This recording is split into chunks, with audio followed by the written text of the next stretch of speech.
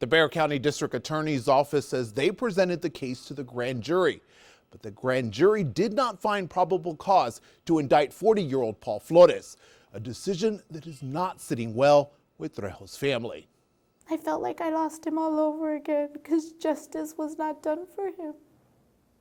How do you let a murderer go free? Painful words from Andrea Trejo, mother of 29-year-old Edward Trejo, after finding out the man arrested for Edward's murder, 40-year-old Paul Flores, would be set free.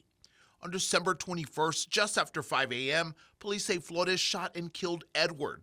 Edward was at a house party on Cincinnati Avenue near I-10 when Flores came to the home to complain about the noise. Paul Flores went to the door, was banging on the door, cursing at them and asking them to lower the music. Police say Flores started arguing with people at the party, and Mrs. Trejo said witnesses told her the people at the party asked Flores to leave. He doesn't want to leave. He's antagonizing them. He's being aggressive. He's being ugly. According to authorities, the argument turned physical, and Edward and Flores started fighting in the front yard. Paul Flores pushes my son aggressively, and my son defends himself. The fight then spilled out onto the street, according to police. My son goes behind him.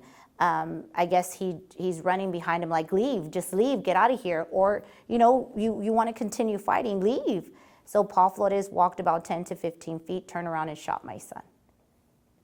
Shot my son and stood on top of his body and watched my son grasp for air. Police say Edward was shot multiple times, rushed to the hospital where he died.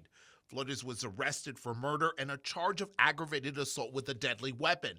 But earlier this week, the Bexar County District Attorney's Office presented the case to a grand jury who chose not to indict Flores. Mrs. Trejo says the DA's office told her this was a case of self-defense. So where are my son's rights? How is this called self-defense when you went with an intent? You went with a gun. You knew what you wanted.